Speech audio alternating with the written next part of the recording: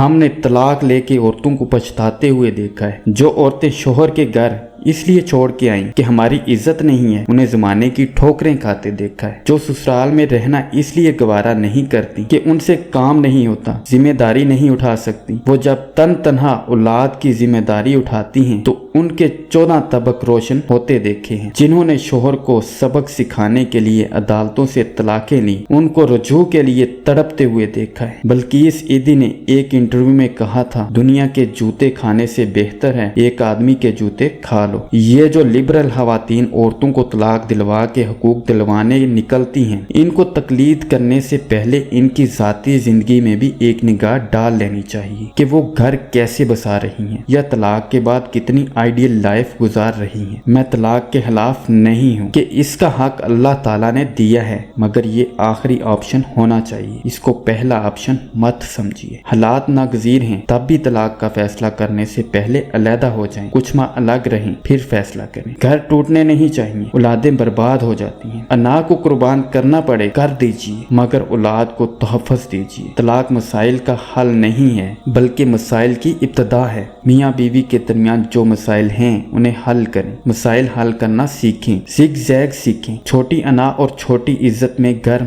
मत उजाड़ें। ये ठीक है कि मार मत खाएं, जुल्म बर्दाश्त मत करें, आवाज उठाएं, मगर तलाक आखिरी ऑप्शन है। कम से कम 6 माह अलहदा रहने के बाद फैसला कीजिए। तो प्यारे दोस्तों, आप अगर इस बात से मुत्फिक हैं तो वीडियो को करें लाइक और चैनल को करें सब्सक्राइब। बहुत शुक्रिया।